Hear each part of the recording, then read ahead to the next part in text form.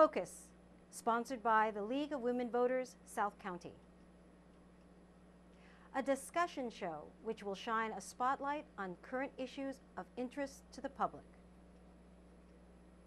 Today's show, Voting Laws and Issues in Rhode Island 2017. The vote is a power. Understand what it means and what it can do for your country. Carrie Chapman Catt, founder, League of Women Voters, 1920. Guest, Nellie M. Gorbea, Rhode Island Secretary of State. Moderator, Nina Rosamondo, Vice President, League of Women Voters, South County. The League of Women Voters, South County is multi-issue, nonpartisan organization. Its key mission is to provide its members, as well as the general public, with information and educational services on elections and on current public policy issues through grassroots action, citizen education, and advocacy, including voter services, voter registration drives, and candidate forums. Welcome. Welcome to the League of Women Voters South County new show, Focus. Today, my guest is Secretary of State of Rhode Island, Nellie Gorbea, and I am Nina Rosamondo, the League of Women Voters. I think we'd like to start just hearing a little bit from you about why you decided to run for Secretary of State.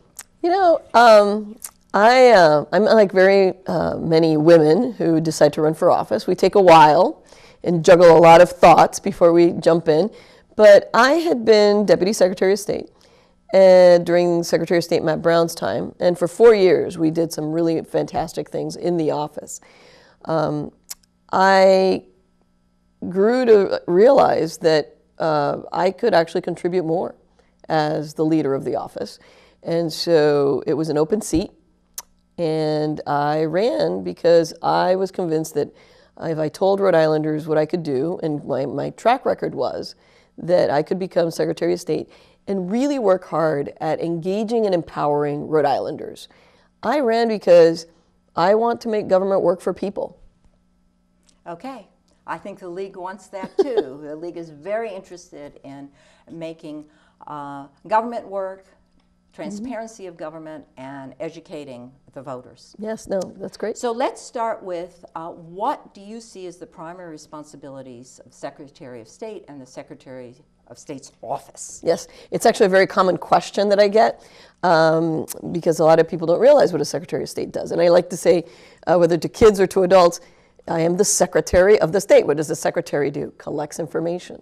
Historically, the Secretary of State's office has acted as a filing cabinet with 4 main areas: elections, business services, open government, and state archives or state history. What I've tried to do in my time is to turn it from a filing cabinet to a hub of information that makes it easy for Rhode Islanders to engage with their government, to empower Rhode Islanders with that information. In this time of cybernetic transmission of everything, having access to information is incredibly powerful. So I want to make sure that Rhode Islanders have that at their fingertips. Okay, sounds good. All right. Our League members and many of our viewers, I think, would be interested in some of the actual mechanics of the process of voting. So I'd love for you to discuss what are the various municipal and state positions and boards involved in the Rhode Island elections. Yes, no, this is great. And actually, every state is different. And it's one of the beauties of our American democracy and one of our challenges as well. Because if you move from one place to another, you change many things about what decisions you can make in government. But overall in Rhode Island, we have 3 main actors in elections. I am the chief state election official. I am directly elected by the people of Rhode Island. And I am the chief state election official. But my office really handles specifically the preparing of the ballot, all municipal ballots, the statewide ballot office races, and the federal races. We design it. Once we finish that process, we send it to a printer, And when it comes out of the printer, it goes to the State Board of Elections, which is a nonpartisan board. Before I go to the Board of Elections, the other thing that the Secretary of State does is maintains the central voter registration system.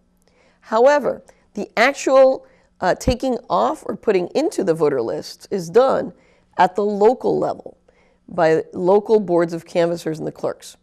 So there's this system of 3 entities that interact with each other, as in a checks and balances kind of system. So the State Board of Elections, a nonpartisan board, they run the day of elections with local boards of canvassers, which is a fancy name that really is just an elections committee at a local municipal level. And they will be the ones who will set up the polling locations, making sure that they're accessible to a variety of people, that there's no issues if any kind of voter has a disability, that they're able to exercise their right to vote.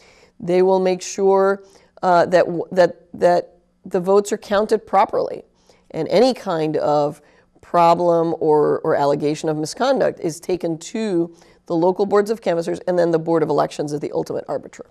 So those are the 3 agents: the Secretary of State, the State Board of Elections, which is a separate board, which is appointed by the governor with the consent of the Senate, and is nonpartisan, and the board members serve on long terms.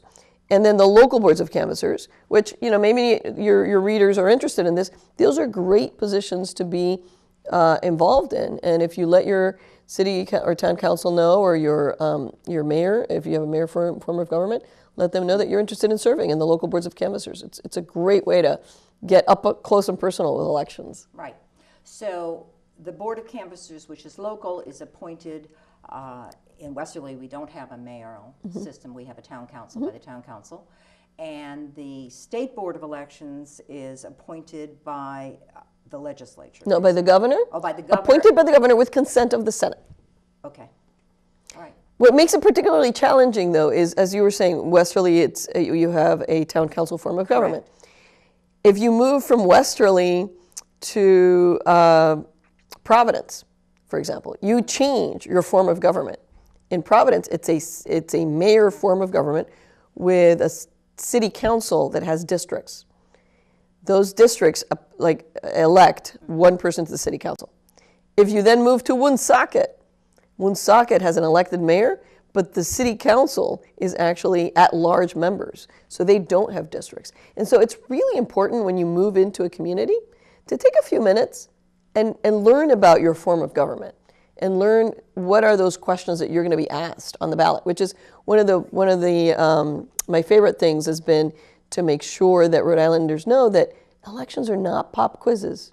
We give you the questions ahead of time. Right. So you can go on to the Secretary of State's website, because we've designed the ballots. We then take those images and store them on the internet, and make sure that you can look at them ahead of time and see what are those questions that you're going to be asked at the polling location, or if you choose to do a mail ballot, if you're going to be filling it out at home, what are those questions? Mm-hmm. So our chapter of the League covers South County, basically. So what you're saying is that Westerly may have a town council, but I actually don't know what Narragansett and Kingston have. Yes. So every single community has their own form of government. So take a few minutes, just research it. You can definitely, and call my office if you have any questions, for sure. Okay, that's a good tip for viewers. All right. We're also interested in the specific laws in Rhode Island, and obviously the laws in Rhode Island are different from the other states. As you said, elections are decentralized in this country. So what were the laws? Let's discuss the laws that were in existence prior to this last legislative session. Yes. Okay, so the first one is, it's a real simple one. Who is eligible to vote in the state of Rhode Island? So anyone who is a U.S. citizen, 18 years of age, and is not currently incarcerated is eligible to vote. Now, I want to caveat that, because if you have a 16 or 17-year-old in your house, they are eligible to pre-register to vote, so that we have them already in the system, so that when they turn 18, they're already there. And so we're most states, I think, at this point do allow for pre-registration, but it's a really great way to capture kids in high school. We do voter registration drives, And if they're 16 or 17, they can go ahead and pre-register. And when they turn 18, the local board will send them a little notification saying, congratulations, happy birthday, and you're now eligible to vote. Okay. All right. Now, when can a person register to vote? What is the time frame? There seems to be confusion about yes. that. So a person can register at any time. However, for the registration to be valid for an election, a general election, they have to have been registered 30 days before, which is a fairly long time period. It goes back to when things were being done by hand and transferred in mail and all that. I think that in the near future, we should be looking at streamlining that time period, because 30 days, 31 days before an election, there's very few people that are actually thinking long and hard about the choices. And so, what I tell people is try to register as soon as you move into a new city or town. You can actually check whether you're registered or not.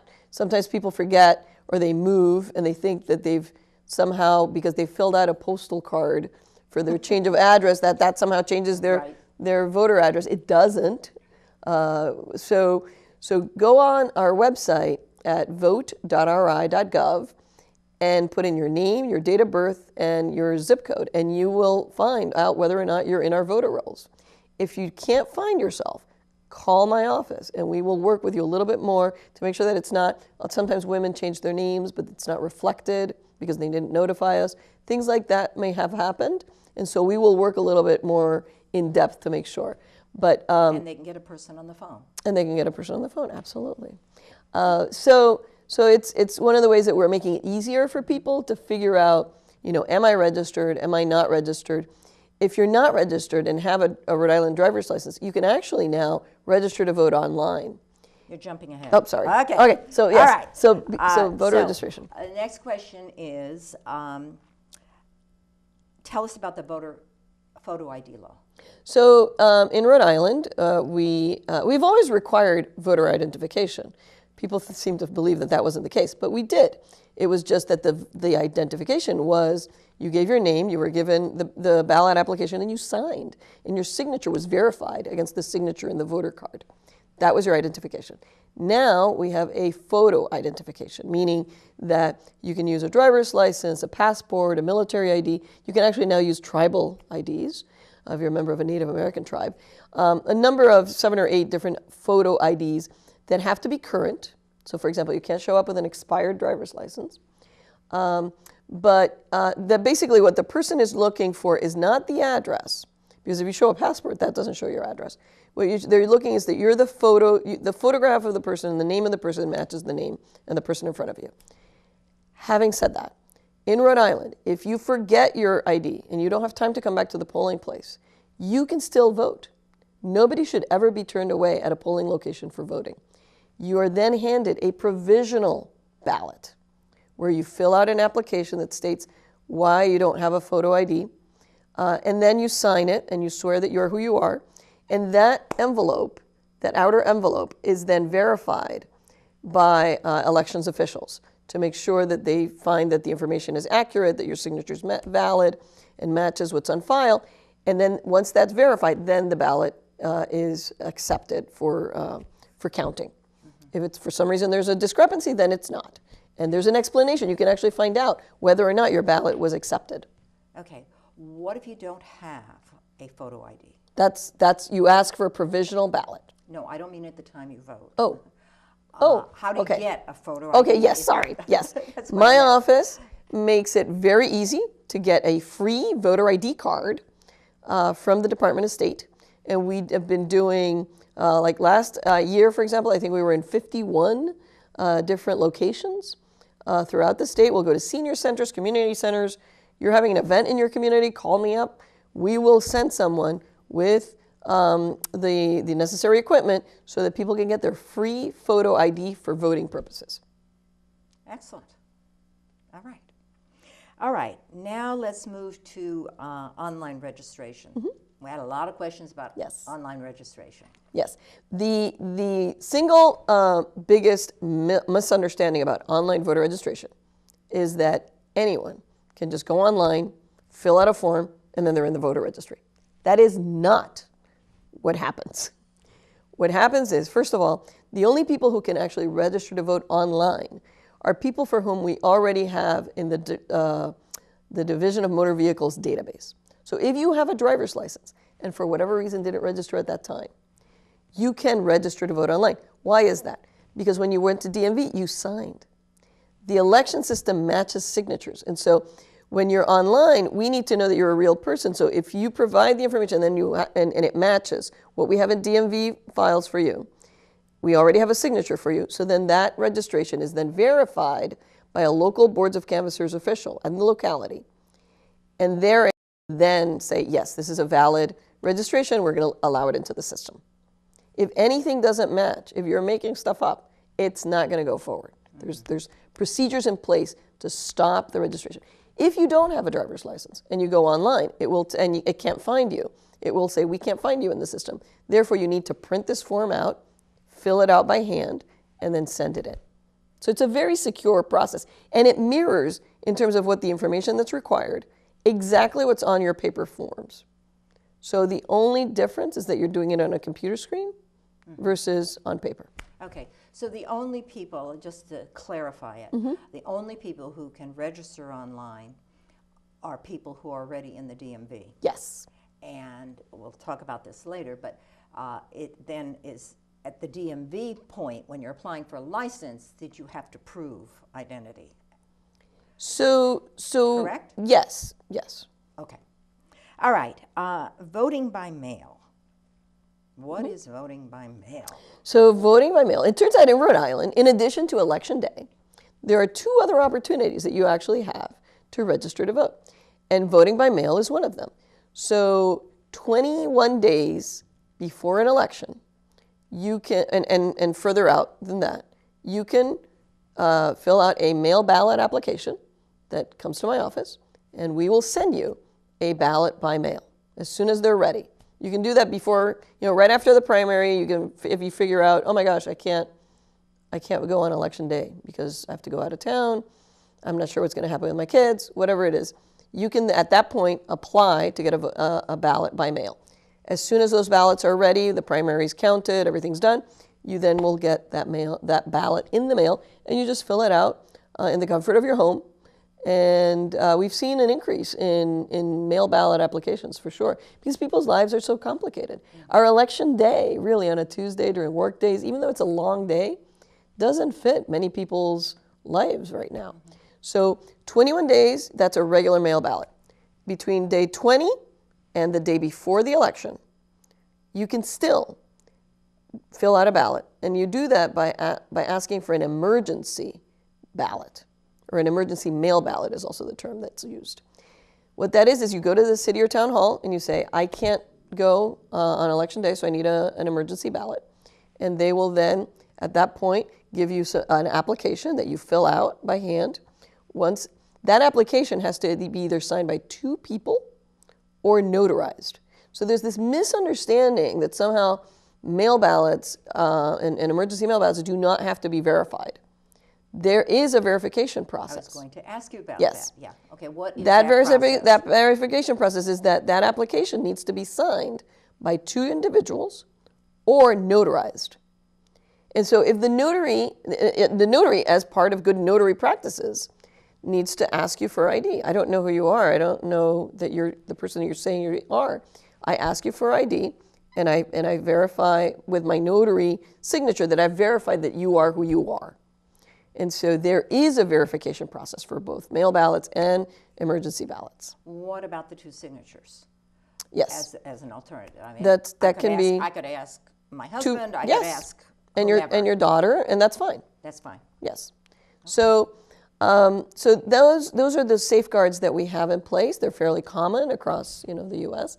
And so what I like to tell people is you don't just have election day. You have 3 different opportunities to be able to vote: mail ballots, emergency ballots, and then Okay, but I the day of could election. say I'm not available on election day, and check that box just because I don't feel like going election day and standing in line. That is absolutely true. Okay. That is Okay. absolutely true, and that's fine. I want to make it so the name emergency mail ballot comes from the time when you actually had to swear under oath that you were somehow incapacitated, could not make it physically to the polls for whatever reason. That law was changed at the same time as the photo ID law was changed, and liberalized, if you will. And so now you just have to not say, basically swear that you're not able to for whatever reasons. And there's 4 different reasons that are given on the application. I want to make it easier for people to understand what exactly is going on and to simplify that process, because the emergency mail ballot process right now is a series of envelopes and signatures and checks and stuff. And in the end, you put it into an envelope and then they verify all the information before that ballot is counted. So you're not sure if it's being passed through the machine or not. Instead, I proposed last session, and didn't make it through, but I'm going to do it again, an early in-person voting bill, where basically in those 20 days before the election, you just call it what it is, early in-person voting. And you show up, and it's like as if in city or town hall during work hours, and you'd go through the same process that you would at a polling location. You come in, you show your photo ID. If you don't have a photo ID, then you do a provisional ballot. You fill it all out, you put it in. If you've done your photo ID, you then are able to cast your ballot into the machine and see it go into that tabulator. It's a much simpler way of running that time period 20 days before. It reduces the paperwork that the city and towns have to deal with, as well as the Board of Elections, and it gives that comfort and safety to the person voting, to the voter, that their vote was counted, that it did go in. So from your point of view, Secretary, why do you think that legislation didn't? I don't think it made out of committee, correct? No, it didn't make it out of committee. It's hard to say. I know the league did testify in favor of it. Sometimes it takes a few go-arounds to be able to talk to the different legislators and make sure that they understand what it is that we're proposing, and what exactly the changes are. So it's hard to say. The other piece that was very different in terms of what our current custom right now is that my early in-person voting bill would have allowed Saturday and Sunday voting for 4 hours. 4 hours on a Saturday, 4 hours on a Sunday. Why? Because as a working mom, I know how hard it is to take time during the workday to go to city or town hall. And sometimes people might live in Westerly, but they work in Providence, or they work in Connecticut, in Groton, and they can't make it during 8 to 4:30 to city or town hall. So they need that Saturday or Sunday to come in and cast their ballot early. I think that that would be a great addition to making it easier for people to vote. And I think that would affect turnout. When Westerly had the charter changes, there was a big push by the city, by the town, to encourage people to vote early. Why? So that you have a chance to look at the ballot, all the 40 different questions. In fact, there was a push to do voting on that Saturday. There was a special opening of town hall to do emergency ballots on that Saturday, because they wanted to make sure people had enough time to review the questions and to exercise their right to vote. Okay. I remember that. Yes. And I'm sure the citizens of Westerly do too. Yeah. Okay. Then sometimes people get confused about 2 additional things. What does the law say about changing your party registration? And the second part of that is who's allowed to vote in a primary in Rhode Island? So you need to change your party registration 90 days, 3 months before the primary.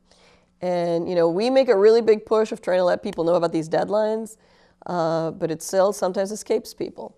The largest percentage of registered voters in Rhode Island are unaffiliated voters. Then you have Democrats and Republicans. There was also a moderate party as well, and so there's still a few people who are registered under that party.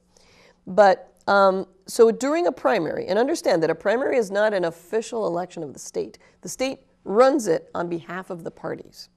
So the people in Rhode Island who can vote in a party primary are those who are registered or unaffiliated voters who decide to register in that party for the purposes of that primary. So if you're unaffiliated and you want to vote in, let's say, the Republican primary, you would have to register as a Republican at that moment. No.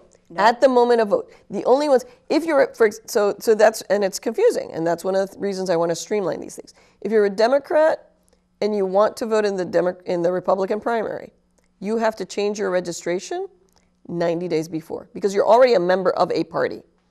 The only people who have flexibility in that sense of election day are unaffiliated voters, or sometimes called independent voters. Unaffiliated voters can wake up on the day of the primary and say, you know, I've been hearing a lot about the Republican primary, or I've been hearing a lot about the Democratic primary. I'm going to go and vote. And then they will be given a piece of paper that basically says, you are now registering as a member of this party, Republican, for example, or Democrat. And then you will be given the ballot for that primary.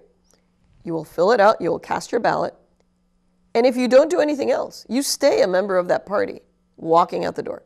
However, there is a disaffiliation form that you can fill out on the way out. And so that's what a lot of unaffiliated voters do. They show up on primary day, they will vote in whichever primary they're interested in, and then on the way out they unaffiliate or disaffiliate. Disaffiliate.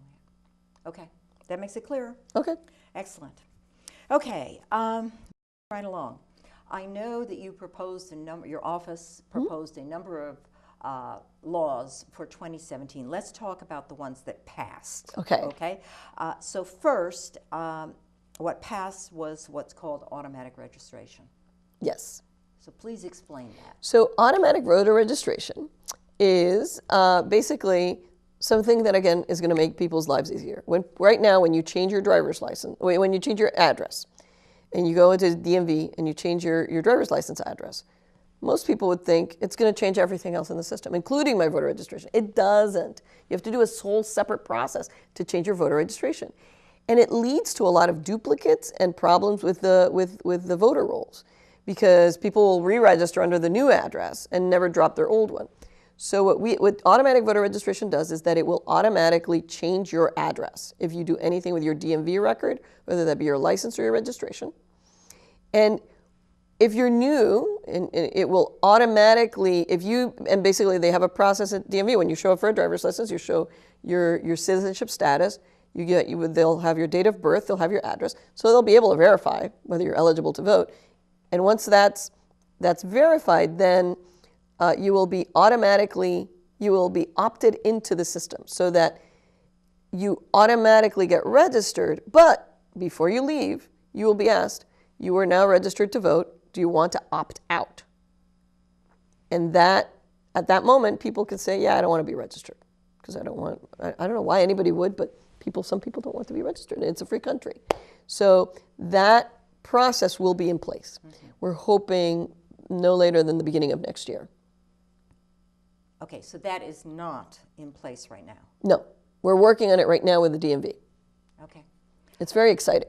So it's going to really help us keep our voter lists clean, because any changes to a DMV record will be reflected on the voter record. Right. And that's the real payoff benefit. is that it helps with the accuracy of the voter rolls. Absolutely. Okay. Yes. And that you're hoping will be available in time for the 2018 election? Absolutely. No, we're hoping that it'll be running and in place. Before then? No, by January of next year, yeah. January, February, yeah. Okay, excellent. Yeah, my team's working on it as we speak with the DMV. Okay. And they've been a pleasure to work with. Okay, and so when you renew your license online, is it checked again, or you're just renewing your license online? Suppose I'm unregistered. I renew my license online. Am I then informed about the opt-in, opt-out? So if you were already registered? No. Let's say you're not. I Okay. have a driver's license, and I renew my driver's license online. Yes. Then there would be a series of screens where you would be notified that you now have the ability to opt out if you want of not being a registered voter. Yes. Okay. All right. The second major one that I'm aware of that passed was the post-election audit program. Yes. So if you could explain what that's about and why that came about, I think our viewers would be very I know, that is a great addition to the strengthening of the integrity of our elections, and I give great kudos to Common Cause Rhode Island and the Board of Elections for really spearheading this proposal. What this does is basically we now have an audit requirement after an election of our voting systems. You know, trust but verify, as somebody used to say, right? So once an election has been finished, it would, through a statistical calculation, determine how many of the machines would need to be verified or audited, and then just make sure that the results on the paper match the results on the machines. And so it's actually just a verification process that didn't exist before, that I think is a really powerful and positive addition, because it allows Rhode Islanders to know that, you know, we're checking up on ourselves, that there is an audit process that verifies that your voting machines are tabulating and counting the way they should. So is this going to occur in every polling place? No, no, no. So it will happen afterwards. After an election, all of the voting machines are gathered and they are taken to the Board of Elections. And so there's a sampling of them that will be put aside to go through this process at the Board of Elections and to verify that the machines are just, you know, working how they should. Okay. Yeah. And that obviously will be ready also. Yes, for the next election. Yes, actually, in fact, I know that the Board of Elections and my staff and John Marion from Common Cause are actually going to, this is modeled after a process that's being used this year in the state of Colorado. And they're going to be looking at how they do their audit processes to see what they can learn from experience there. So, no, it's really great. And, you know, but, I mean, we didn't talk about it, but you know, part of the reason we're able to do these things and is the fact that we get new voting machines at the very beginning of my term. And so we have brand new voting machines that the governor and the General Assembly supported us acquiring, along with electronic poll books, a number of modernization of our infrastructure of democracy that was very, very important. Because we had, when I walked in 3 years ago, our voting machines were basically past their useful life. I mean, they basically were a scanner, and they were almost 20 years old. And the company who maintains them was telling us, we can't find the parts anymore. So I give a lot of credit to the governor and the General Assembly for supporting my bid to get new voting machines for the state. If you don't know that you've had new voting machines, that's great. It means that they work exactly how they're supposed to, because they're similarly done. Paper ballot, you scan them through and they get counted.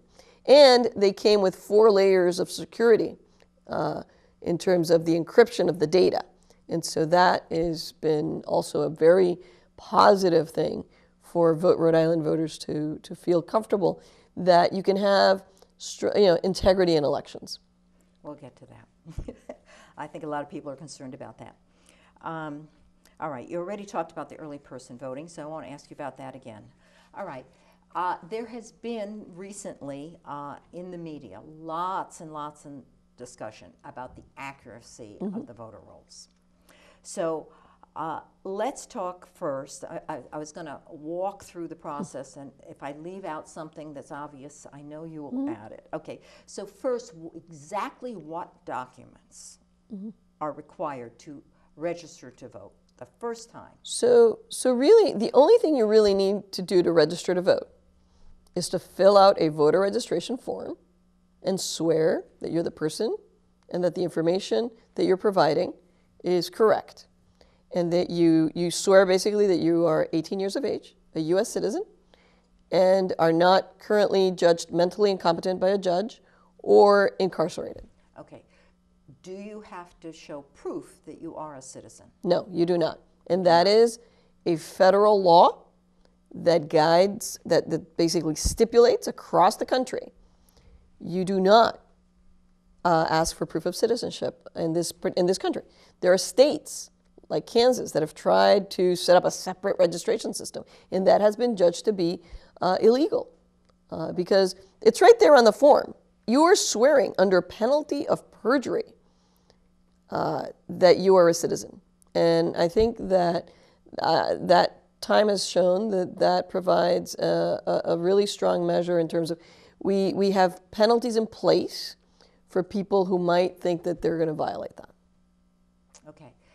In Rhode Island, are non-citizens allowed to get driver's licenses? No, they're not.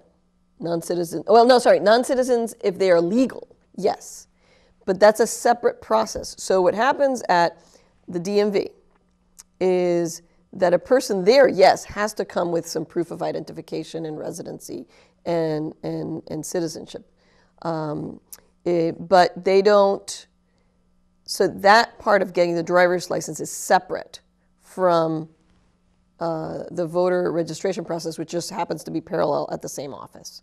Once the person is determined that, yes, they're eligible to vote at the DMV, then they're passed on to the voter registration process. Okay. If they're a green card recipient, for example, they do not get the screen that says, yeah, we're going to allow you to register to vote. But they are allowed to get a license. But they're allowed to get a license, yes. Okay. And if you're undocumented, you're not able to get a license in Rhode Island.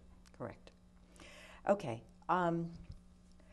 So it's really the people at the DMV who are responsible for verifying the accuracy of the information. Is that correct or not? Not entirely. They are entrusted with verifying the information they needed for DMV purposes.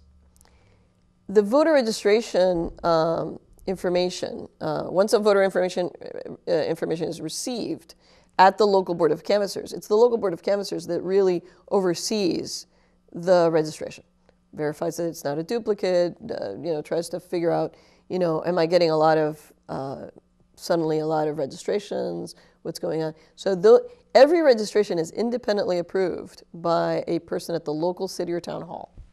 Okay. I think there's some, with all the stuff. I know, there's some misunderstandings. DMV, yes. That some people are very confused about yes. who is actually verifying the accuracy of the information. For voter information purposes, the person who verifies that that the information is all filled out and correct is the local board of canvassers and at the local municipal level. The DMV only verifies what it needs for DMV purposes. If it determines as part of that process that the person is eligible to vote, then they're passed to the registration process. Okay. All right. I know your office in recent times has taken some steps to increase the accuracy of the voter rolls. So could you tell our viewers what is ERIC and why you joined that system and any other steps that your office or the Board of Elections has taken in order to ensure the accuracy of the rolls? Yeah, no, it was actually a huge issue when I came in as Secretary of State, was the bloat on the voter rolls. So I took it very seriously and in fact was able to get a budget allocation in my very first budget to allow us to join the Electronic Registration Information Center, which is a nonprofit organization where the board are member states that are a part of this. So Rhode Island was the 13th to join. We are now up to about 20 states and the District of Columbia. And what we've agreed to do is we have a very strict, secure process that was developed through a grant from the Pew Charitable Trusts with IBM, and that is extremely secure because of the data that's involved, where we provide our voter registration lists, our DMV lists, a number of other state information, and they will compare it to that of other states and will flag for us. Okay, so one question, when did Rhode Island join that? When they compare the data to other states, is it just to other member states or is it to all states? Just to member states. So it's only being compared to member states. They also will look at the Social Security master death file to see if there are any deceased voters that we for some reason didn't catch that did pass away, for example, in other states that are part of ERIC. And so what that does for us is that they will then flag for us people who are potentially duplicates or deceased voters in our lists. We cannot legally withdraw the names at that point because there's a federal law that indicates how it is that you take people off the voter lists. It makes it the same for everyone. Yes, explain that for everyone. What happens, what we do is once we get the ERIC notifications, and by the way, ERIC will also notify us of people who've moved to Rhode Island that have not registered as well. which is a great thing too, because we can notify them and say, hey, if you want to register to vote, you can do so here. But whenever it comes to our, we need to hear directly from the voter or from a governmental office that there has been a change in that voter's record. So if somebody moves from here to DC, Eric notifies us that this person may be duplicate because they're still in Rhode Island voter rolls because they never dropped their registration, and they've re-registered in District of Columbia, then we can now send a letter, or somehow do some sort of notification and say, hey, are you the same person either in this address or the DC address? And if we hear back from the person, then definitely take them off. But if we don't, then there is the possibility of marking them as inactive. And an inactive voter just means that they've had a piece of mail that's been undeliverable. So we send it to the Rhode Island address now and we say, oh, it came back. That person's no longer there. We can mark them as inactive. We haven't heard from the voter, but we can mark them as inactive. And then over 2 federal elections, they're able to, which is 4 years, if they do not vote, then we can remove them. And the reason this is so difficult is because they're trying to avoid people purging certain groups or certain voters right before elections in a way that makes it easy or convenient for some groups or parties or whatever to do so. Okay, so the Board of Canvassers is not allowed to remove a name until there have been 2 federal elections. For purposes where we've gotten that piece of undeliverable election mail. They are able to at any moment if it's the voter telling them that they've moved. Correct. But in general, what does the federal law say that the Board of Canvassers follows about removing names? No, so it's that either you hear from the voter directly, or if there's a piece of mail, of elections mail, not just any mail, but elections mail. Because sometimes we'll get notices from from legislators, for example, when they say in a mailing and they have returns back. That's not a piece of election mail. Why does it have to be election mail? Because you're trying to make sure that it is done in a way that does not discriminate against any group. And election mailing goes out to everybody who's on the voter rolls, not just X district or, So it goes out, it comes deliverable, then we can tag that person as inactive. And if they do not vote in 2 elections, federal elections, 4 years, then they're removed. And we have an ongoing process of removing people. And in fact, after joining Eric and doing this, and also, by the way, we have direct feedback from the Department of Corrections, so that when somebody goes into a correctional facility, they're taken off the voter rolls. When they come out again into society, then we put them back in. We have a direct link with the Vital Statistics Office at the Department of Health. So if someone passes away here in Rhode Island, we have an official governmental record that's happening. We can remove them as well. Is that your office that is linked to all of that? Is that Yes. the Board of Elections? No, it's our central voter registration system, and then we will notify the local board to let them know. My office doesn't touch the voter records in that sense. It is always the local board, because they're more likely to know who's passed away and who isn't, and where there might be a mistake.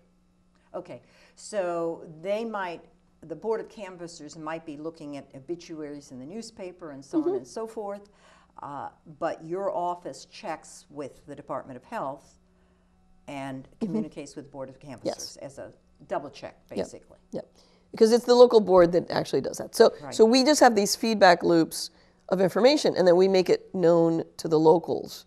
We've received this information. Besides the Department of Health and the Department of Corrections, the courts would be the other one if there's somebody judgmentally incompetent. So we have these automatic processes in place. So it ends up, I mean, I know people say like, oh, there's a ton of dead people on the rolls. There aren't. The biggest problem that we have is when people move, even within the state. If somebody moves from, Westerly to Narragansett, or from Narragansett to, West Kingston, and they don't notify, they fill out, the Pew Charitable Trusts did a study. 25% of people who fill out a change of address card with the U.S. Post Office, 25% think that they're changing also their voter registration. All right, so let me ask you, why is there not a link to the U.S. Post Office. So the U.S. Post Office, as you know, is not actually a government entity. It's a public corporation. Correct. So it's not in the law, and so we carry our office processes by what's federal law. Mm-hmm. Now there is a national change of address process where the post office does notify us of changes that they've been received, but we still need to hear from the voter. We still need to send out a communication and see if it comes back undeliverable in order to mark that person as inactive. So there is a national change of address process such that the post office would notify that this person has said that they're moving, correct. And then but a we letter can't would be use sent that. out. Yes, I that's got right. It's not an automatic, which is what people think. It's automatically being changed. It's not. We then send a letter out, and then if it comes back undeliverable, then it gets marked as inactive. Okay, that clarifies a lot, I think. Okay, last question, and then if you have some other stuff you want to add, please do. Okay. The Department of Homeland Security in July announced that, or it got published in July, that 21 states, that they had evidence that 21 states potentially had been hacked or that there was an attempt to hack. Was Rhode Island one of those 21 states? Rhode Island was not. Okay. And I have that directly from the Department of Homeland Security. Okay. So what systems can you share with us does Rhode Island have in place to thwart such attempts, which I assume are going to continue? Yes, sadly, we are now in a different age, and it's not about accomplishing cybersecurity, it's about maintaining our guard up and mitigating the risk. When I came in as Secretary of State, one of the very first things that I did was to restructure our information technology division. And I was able to bring in people into state service who are IT experts, programmers, that really have a very strong handle on the security of our systems. Not just for elections, but for corporations as well, and the other items that we manage. So first and foremost, I hired people that really could be up for the challenge that we're facing right now. Second, we updated all of our systems, hardware, software, servers, redundancy of backups, so that if somebody were, God forbid, like somehow do something in our central voter registration system, we have backups so that we can compare and contrast and see what has happened and when. We have alarms that go off and all sorts of firewalls and things like that. And when the Department of Homeland Security, when all of this started coming up into the public square last fall, and the Department of Homeland Security went ahead and asked us if we wanted assistance, I signed up very quickly. And so we had them try to come into our systems as well. And so I've taken every possible measure to make sure that the Department of State's systems are secure. Now, that's not enough. We have to make sure that the entire election system, as you know, at the Board of Elections and at the local boards of canvassers is also secure. So 2 weeks ago at Salve Regina University, I convened over 100 local election and state election officials to have a summit on cybersecurity. And we had experts on cybersecurity from Salve Regina discuss with us, along with my staff and the staff of the Board of Elections, to discuss what types of securities we already had in place. Why do we have to be on our toes about this? And it was highly successful. And I don't see this as a one-time event. We need to continue to have this conversation about how important it is to maintain the security of our elections. Okay. Anything else you'd like to share with the viewers? No, just how wonderful it is to have the League's new chapter in South County.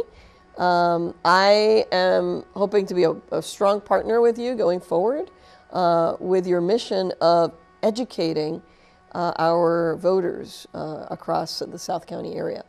An educated voter is a great voter, and I hope that there will be many, many opportunities for us to do that. We have to make sure that all Rhode Islanders who are eligible to vote can and do vote, and that we have residents who are engaged with their government.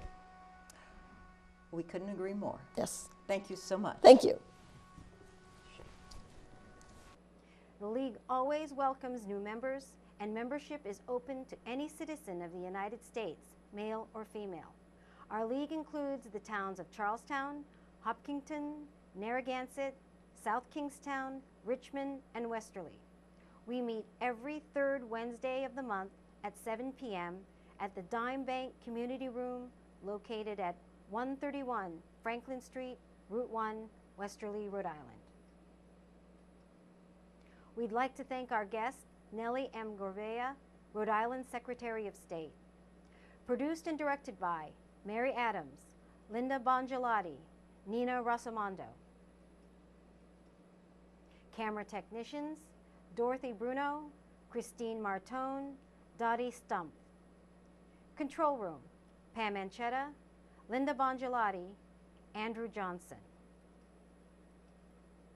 Filmed at PEG RI TV, Westerly, Rhode Island. A special thanks to Artie Houlihan and Joanne Johnson, Public Access Coordinators.